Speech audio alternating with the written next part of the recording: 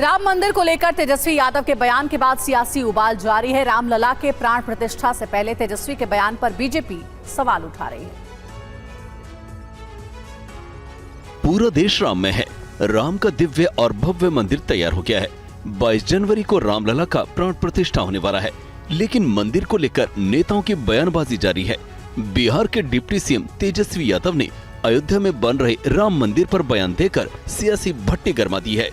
तेजस्वी ने कहा है कि हजारों लाखों करोड़ रुपए अगर अयोध्या में खर्च हो रहे हैं तो उससे कितने लोगों को सैलरी मिलेगी, कितने लोगों को शिक्षा और इलाज की सुविधा मिलेगी। हजारों लाखों करोड़ रुपया अगर अयोध्या में खर्च हो रहा है तो उससे कितने लोगों की शिक्षा हो जाती, कितने लोगों का चिकित्सा का व्यवस्था हो जाता, कितने लोगों को आप सैलरी दे पाते, नौकरी दे पाते। तो तेजस्वी यादव जी से कहिए कि देश में या बिहार में जितने मंदिर हैं, जितने मस्जिद हैं, उनको तोड़वा कर वहाँ अस्पताल बनवा दे। अरे अस्पताल का अपना महत्व है, मंदिर का अपना महत्व है। और वहीं बिहार के मंत्री मदन सहनी ने कहा है कि नीतीश कुमार संयोजक की जिम्मेदारी निभा चुके हैं, अब उनको पीएम कैंडिडेट घोषित किया जाए। ये रिपोर्ट देखिए।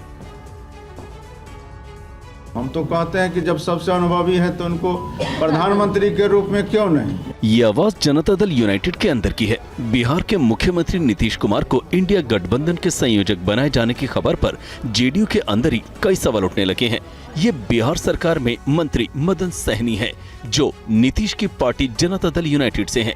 इनका कहना है जब इंडिया गठबंधन के सभी नेता कह रहे हैं नीतीश कुमार सबसे अनुभवी हैं, तो उनको संयोजक क्यों, उनको प्रधानमंत्री का उम्मीदवार बनाया जाए। ये सब कोई कहते हैं संयोजक बनाया जाए, तो संयोजक ही क्यों। हम तो कहते हैं कि जब सबसे अनुभवी है तो उनको प्रधानमंत्री के रूप में क्यों नहीं। वहीं बीजेपी नेता सुशील कुमार मोदी ने नीतीश कुमार पर हमला बोलते हुए कहा, नीतीश कुमार ब्लैकमेल करके संयोजक बनने जा रहे हैं।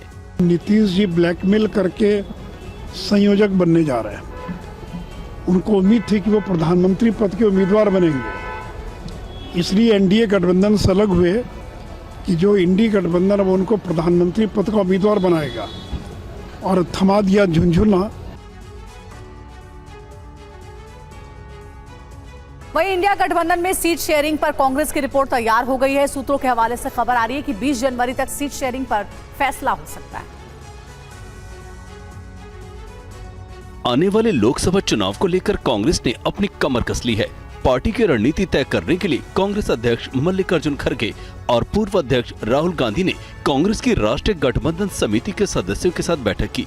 वहीं देर शाम कांग्रेस घोषणा पत्र समिति की भी बैठक हुई। बैठक के बाद कमेटी के संयोजक मुकुल वासनिक ने कहा कि गठबंधन समिति ने सभी राज्यों के नेताओं के साथ चर्चा की है।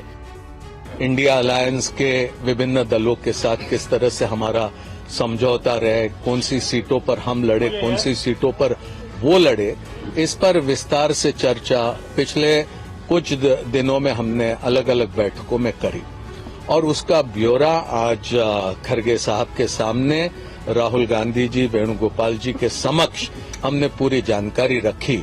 और ये सारी जानकारी रखने के पश्चात अब शीघ्र ही हम गठबंधन ने जो विभिन्न राजनीतिक दल है उनके साथ चर्चा आरंभ करने जा रहे हैं।